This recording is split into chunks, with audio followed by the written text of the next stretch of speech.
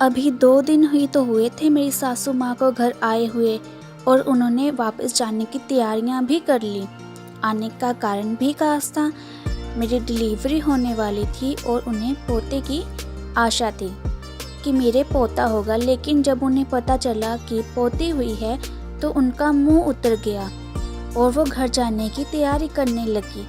खैर, कारण तो मैं समझ ही गई थी। जब मेरे पति ने अपनी माँ को बैग पैक करते देखा तो उन्होंने अपनी माँ से कहा कि माँ, आपको 2 दिन ही तो हुए हैं आए हुए और अब आप जाने की तैयारी भी करने लगी। तो माँ बहाने बनाने लगी कि बेटा, तुझे तो पता ही है कि मैं कॉलेज में लेक्चरर हूँ, मैं कॉलेज से ज़्यादा छुट्टी नहीं ले सकती। और थोड़ी देर बाद बोली कि बेटा, अच्छा है कि तेरे घर में लक्ष्मी आई है, लेकिन अब तुम दूसरा बच्चा भी जल्दी कर लेना, क्योंकि घर में एक बेटा भी होना चाहिए। तब बेटा समझा कि माँ क्यों इतनी जल्दी घर जाने की तैयारी कर रही है।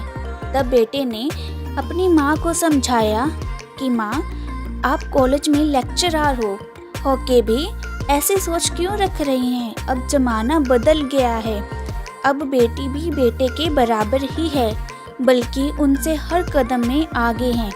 आप तो कॉलेज में लेक्चरर हैं, आपको तो पता ही होगा कि लड़कियां पढ़ाई में लड़कों से कितनी आगे हैं। आपको अपनी पोती को भी अपने पोते जितना ही प्यार करना चाहिए।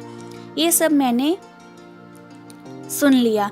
तब मेरे पति ने मुझे परेशान देखकर कहा कि तुम्हें परेशान होने की ज़रूरत नहीं है, हमारी बेटी किसी से कम नहीं है, हमारे लिए हमारी बेटी बेटों से भी बढ़कर है।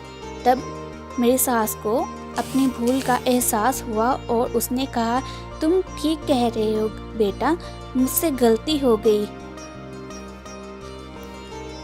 अब तो मैं अपनी पोती को कुछ दिन अपनी गोद में खिलाकर ही जाऊंगी। दोस्तों, बेटा और बेटी दोनों बराबर ही होते हैं। अगर हम भी अपनी बेटी से भेदभाव करेंगे और उसे हमेशा दुत्कारेंगे तो उसमें हीनता की भावना आ जाएगी।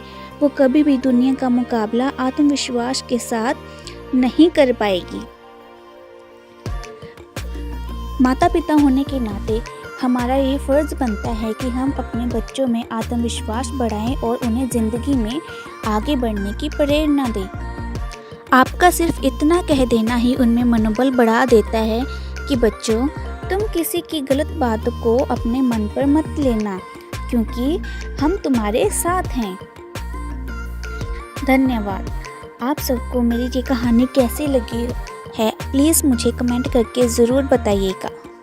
अगर आपको ये कहानी अच्छी लगी हो तो मेरे चैनल को सब्सक्राइब करना मत भूलें। धन्यवाद।